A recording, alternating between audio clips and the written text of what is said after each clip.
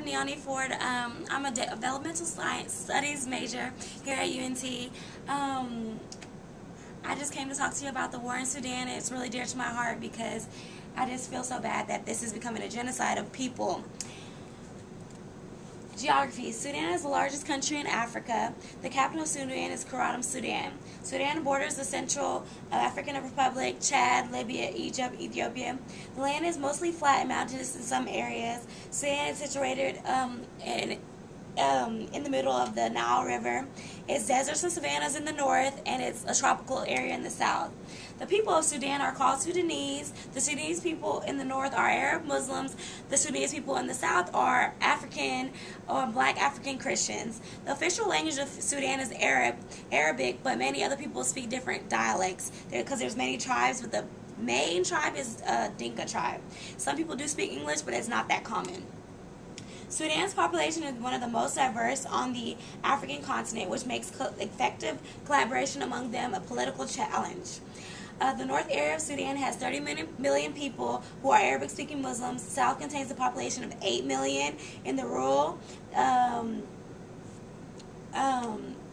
South Sudan has many tribes, the majority tribe is Dinka, as I said.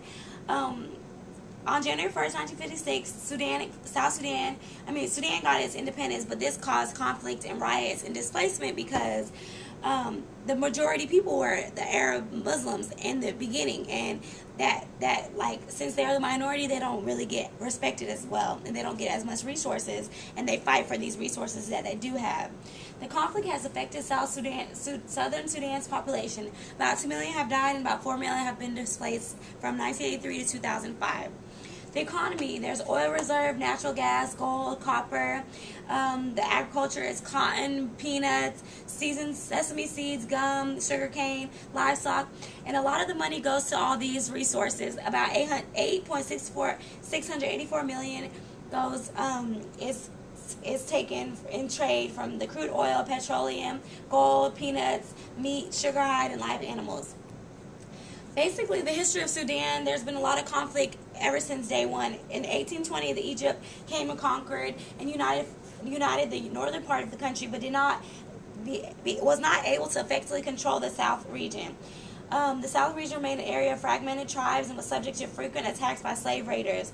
Muhammad ibn Abdallah became the leader and became a religious crusade. He later died, and in 1898, Lord Kitchener controlled. While Kitchener controlled, Britain exercised control, formulated policies, and supplied most of the administrators.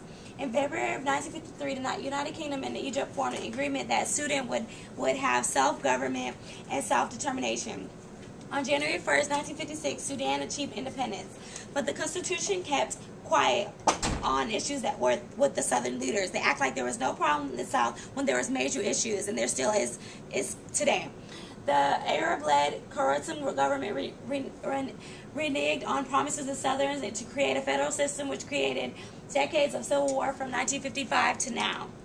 Since independence, Sudan has been at war with itself. A lot of the conflict is rooted from cultural and religious influence, which have slowed Sudan's political and economic development. This is because they do not get along with culture, which is the religion, and there's kind of a racism. The Arabs are white, the lighter skin, these Africans are dark skin, and they have different beliefs in different tribes, different cultures. In 1958, Ibrahim Abbasi's policy and pursued Arabization and Islamization in the north and the south, which further opposed the Southerners. This caused more conflict because the whole nation was becoming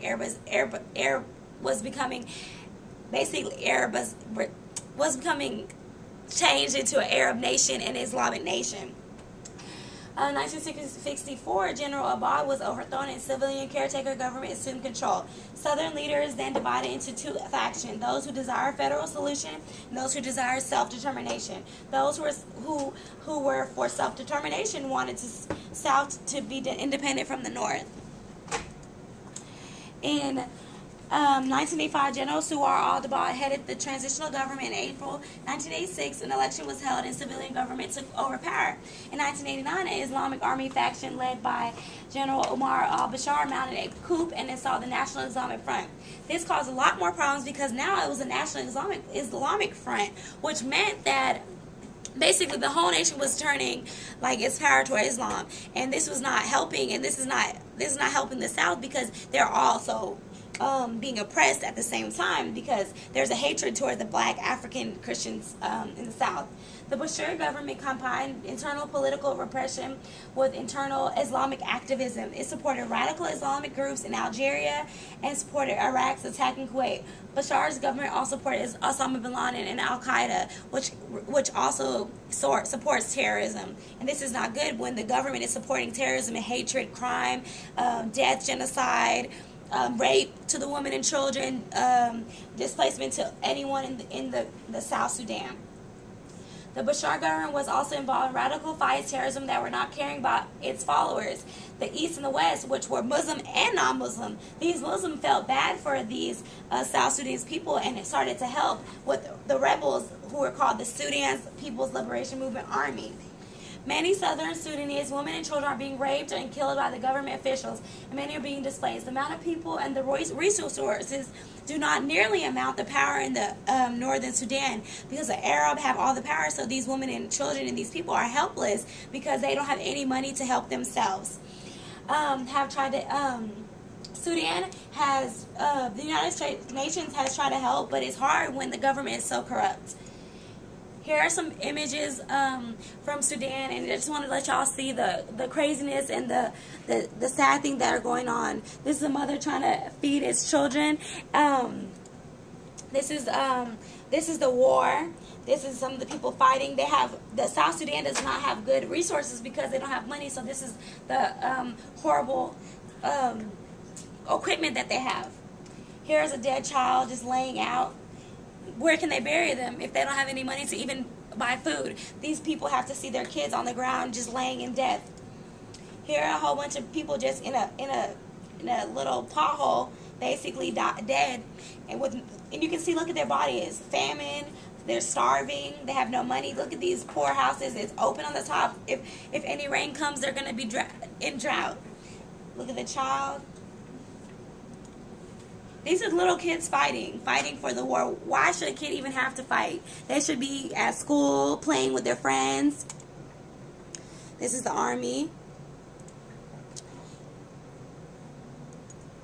This is a woman crying. This is very sad to me. I just don't understand how the world can let the genocide occur and not do anything about it. Here are the people walking. They don't have transportation, so they have to walk miles and miles just to get water. They carry all their stuff on their back. This is a child, amputated arm. No, look at it. You can't even see any meat on its bones. The hair has fallen out through starvation and depletion of minerals. Another child. Just saddens me because I love children so much, and basically these kids are not taken care of at all. But what can their parents do if they don't have any resources for themselves? And the government is like accepting all this. Look at the kid here right next to bombs.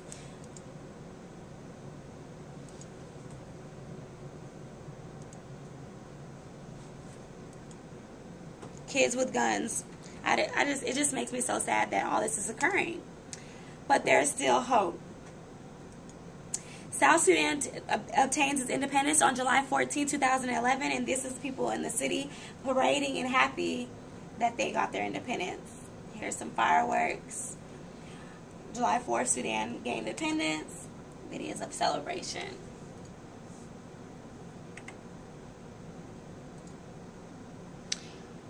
Those videos were actually deleted, but these are my resources, and I just want to say thank you for watching.